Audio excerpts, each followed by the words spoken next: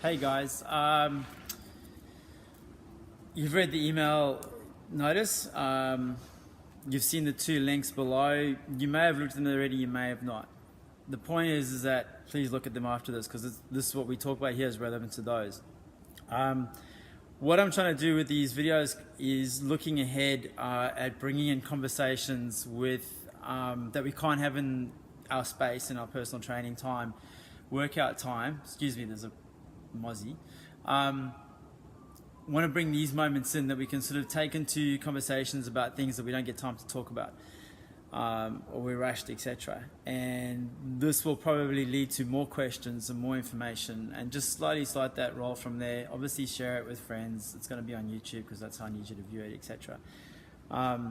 But what I wanted to go into today is a little bit on the food topic and the nutrition topic, and what's best and blah, blah, blah. And if you think about it, I've got my cheat notes here, so just excuse me, but I am looking at all that. We've got low carb, paleo, keto, vegan, vegetarian, SIBO, carnivore, high cal, low fat, Atkins zone, and I've probably missed a whole lot as well in that space. In the two links that I've sent you, they're both from Precision Nutrition. Precision Nutrition, in context of nutrition outside of a degree around a nutritionist, say, or a dietitian, is recognized by many dietitians and nutritionists as probably the best qualification for, say, personal trainers or many others to use and to follow around nutrition coaching. Excuse me. The first one that is listed is brings in this chart. They call it a spectrum on about eating more, eating more, eating some, eating less.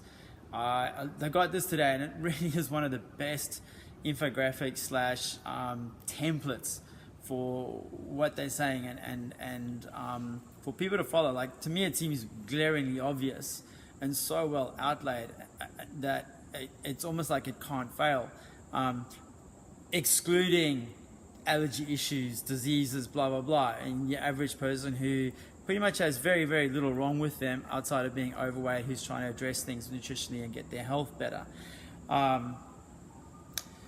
The spectrum sort of template allows as well, gives you sort of ideas around the choices that you may or may not like in relation to your goals, your preferences, and your lifestyle as well. So you're looking at some really good information. I have to tell you, it's really, really high quality information. And I really suggest you have a good look at that and bring in some discussions and questions as we go. The next one is about the potato versus the sweet potato argument. I learned some stuff on this, and it took me back to things like, potato skin and the vitamin B content in the potato skin as an example, amongst other things.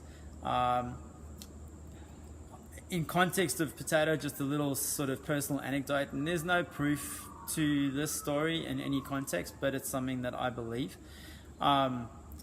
In our context of Lisa, and we're trying to get pregnant, a space of over a period of 10 years, pretty much all our savings invested in things like IVF specialists, surgeries, etc., with basically the result of, like, we cannot figure out anything that's wrong with you, we don't know what's wrong with you, you should be getting pregnant, to that moment of where we're practically ready to give up, and we're in the last month of trying, and we I took a okay, stuff it kind of moment, and started putting potato back into our nutrition, into our meals and stuff. And it turned out that it happens to be that month is the month that she felt pregnant in. I can't say it's a potato, but I can't say it's not the potato. It's just a personal anecdote. I personally have always felt better on potato with a lot of the high cardio type of work I was doing when I was teaching aerobics a lot, etc. Or on heavy days. And nowadays we talk a lot about the potato, white rice being something that's very helpful for people at that higher intensity training. The problem with things like potatoes, for example, is pulling into that Nightshade family. I had a discussion today with a client around the results of that and how that affects them.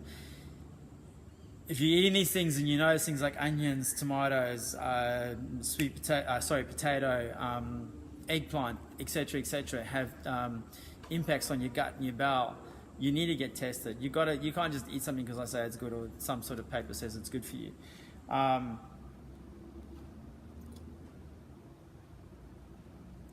The other thing with a lot of this food stuff is considering if you're eating too much. even if it's healthy and you're eating too much, it's still too much.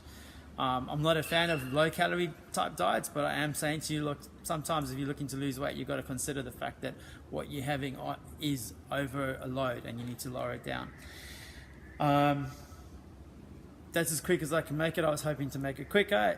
Hopefully there was some game for that to ask questions, and I'll see you guys soon. Bye.